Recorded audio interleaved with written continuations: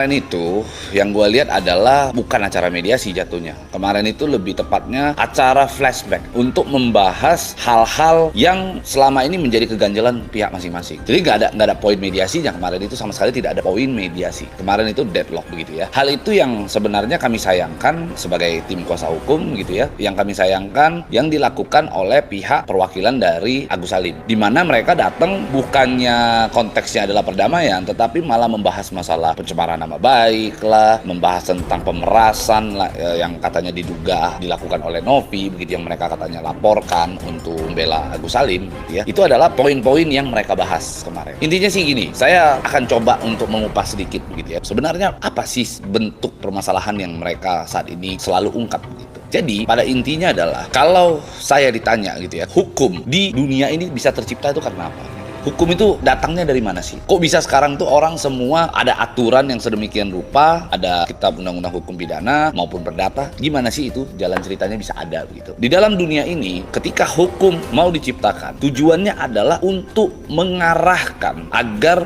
moralitas tetap terjaga. Kayak begitu. Intinya hukum tercipta karena adanya moralitas. Oke, sehingga akhirnya untuk mencegah orang-orang untuk melakukan perbuatan yang melanggar norma-norma moralitas, maka pada akhirnya hukum itu diadakan, dibuatlah aturan-aturan itu gitu. Sehingga tidak ada lagi orang yang berani melakukan pencurian misalnya, atau pembunuhan, atau melakukan tindakan-tindakan yang melanggar norma-norma moralitas.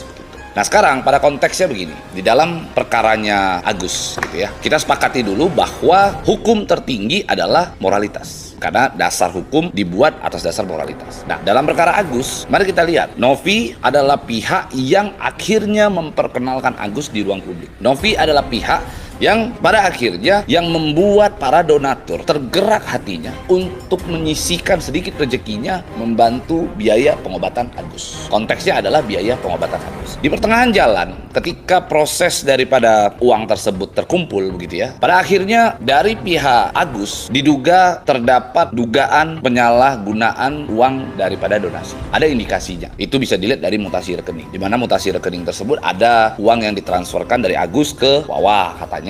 Begitu ya, ini kan dugaan ya. Lalu katanya dari mutasi juga terlihat ada belanja di shop maupun toko.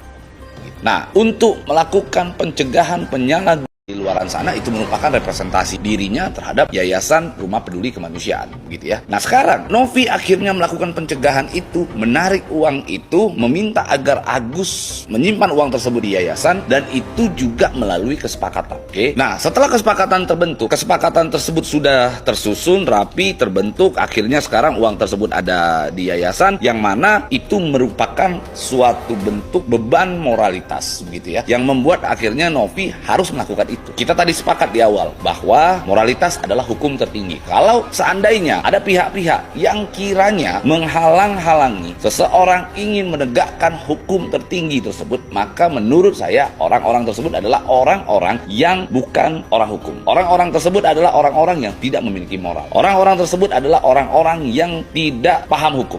Kalau menurut saya, karena ini orang yang sedang ingin menegakkan hukum tertinggi tadi, karena kita sepakat bahwa moralitas adalah hukum tertinggi. Beban moral dia terhadap para donatur, karena donatur akhirnya menyerahkan uang tersebut, yang membuat akhirnya ayo timbullah kesepakatan uang tersebut diserahkan kepada yayasan untuk yayasan kelola dan awasi. Hal ini kan sebenarnya untuk mencegah supaya tidak lagi terjadi yang namanya penyalahgunaan. Sekalipun itu masih dugaan, akan tetapi ada dasar, ada bukti permulaan, yang mana ada mutasi rekening, di mana mutasi rekening tersebut bisa dilihat, dan saat ini ada buktinya di tangan Novi. Sehingga menurut gua gitu ya, kalau keadaan sudah seperti ini, satu-satunya jalan kalau memang Agus tetap ingin menggunakan uang tersebut untuk pengobatan, dan itu juga menjadi harapan daripada Novi, simple, uang tetap ada di yayasan. Oke? Agus tunjuk salah satu pihak kuasa hukumnya saja yang katanya pembela kaum lemah tadi kan, tunjuk aja salah satu atau semua deh ikut mengawasi uang tersebut di yayasan. Kalau uang tersebut tidak punya niat untuk digunakan, dibagi-bagikan kepada orang-orang yang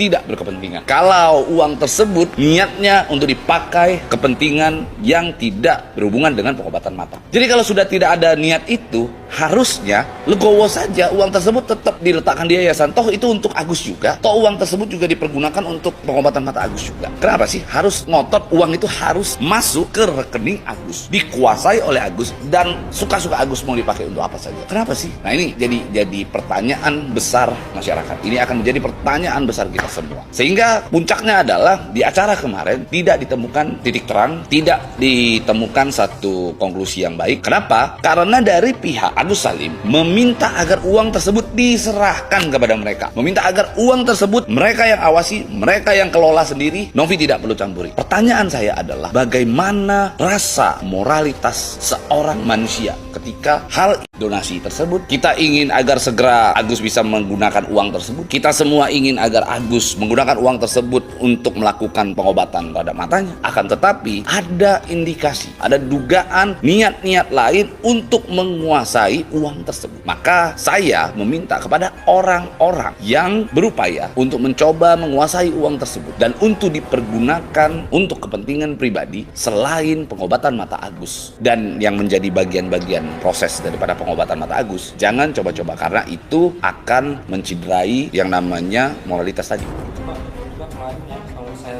nonton tuh salah satu juru bicara Agus kan bilang kalau itu untuk masuk ke dalam charity atau yang bisa kita bilang secara sukarela. Nah, menurut Abang dari salah satu juru bicara itu tanggapan Abang gimana, Bang? Makanya kalau nggak paham gitu ya, kalau tidak paham bagusan diam, jangan diucapkan, belajar dululah yang banyak. Apa itu charity gitu loh ya. Apa yang kita lakukan setiap hari itu masuk di dalam kandungan charity. Saya mau kasih gambaran. Charity itu berasal dari bahasa Latin, artinya caritas. Caritas itu berarti kebajikan tertinggi di dalam Kristen. Jadi sepakat bahwa charity, kata-kata charity hanya dipergunakan untuk golongan orang-orang yang beragama Kristen. Pertanyaan pertama saya adalah apakah Agus Kristen? Tentu tidak. Oke. Nah, sekarang ketika charity tersebut terlihat mengerucut kepada hanya sekelompok agama-agama tertentu, oke? Akhirnya di Yunani dulu dibuatlah sebuah kata pengganti, makna pengganti dari charity. Itu disebut dengan filantropi. Yang mana filantropi tersebut merujuk artinya cinta terhadap sesama manusia atau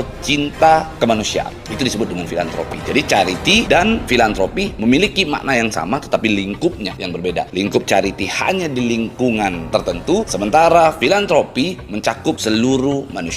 Kalau kita bicara tentang cinta terhadap manusia, maka kalau di dalam Islam itu disebut dengan amal. Ada orang itu sama dengan kita beramal, apalagi menyumbang, kan begitu. Tapi kalau kita bicara bahwa itu merupakan amal, iya, memang betul. Yang dilakukan oleh para donatur terhadap Agus itu adalah bagian daripada amal. Tapi amal itu juga masuk ada spesifikasinya. Ada yang dikategorikan dengan namanya donasi. Donasi itu pada prinsipnya adalah penggalangan dana. Oke, penggalangan dana tersebut bisa berbentuk donasi. Donasi itu harus jelas peruntukannya apa. Maka sejak awal disebut donasi. Oke. Lalu ada juga menyumbang atau sumbangan sukarela. Kalau kita bicara sumbangan sukarela, itu yang kita lakukan kepada para, mohon maaf, pengemis di jalan. Kita serahkan, dia mau pakai buat makan kayak, mau dia pakai buat apapun kayak, itu terserah dia. Itu disebut dengan sumbangan sukarela. Oke. Kita mengerucut kepada donasi. Jadi donasi itu ada 4. Satu yang namanya donasi sosial. Oke. Yang kedua disebut dengan donasi bencana alam. Yang ketiga disebut dengan donasi pendidikan. Yang keempat adalah donasi untuk lingkungan hidup. Nah, donasi sosial inilah yang dilakukan oleh Novi. Donasi sosial ini pada umumnya mengerucut kepada sesuatu hal yang spesifik. Pengobatan mata Agus, pengobatan sakit kanker, sunat massal, operasi bibir sumbing. Itu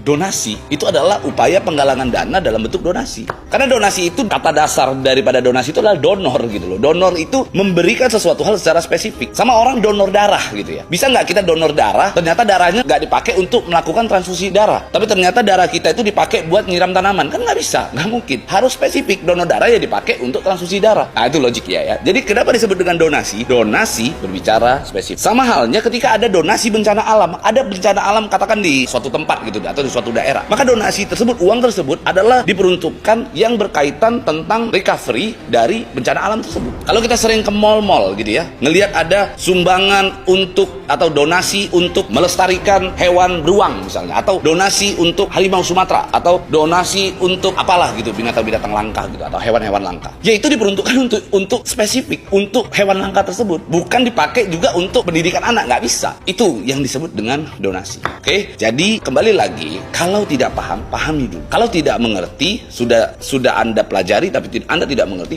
tanyakan. Jadi jangan Anda berucap seolah-olah charity apa charity Anda nggak ngerti, Anda ngomong-ngomong di depan publik kan rasanya nggak masuk di akal. Kemarin itu saya mau jawab, cuman saya nggak dikasih waktu kesempatan aja karena kondisinya waktunya mepet Pak kemarin itu. Cuman saya udah lihat, wah ini udah salah persepsi gitu. Jadi bagi saya kurang elok lah acara kemarin.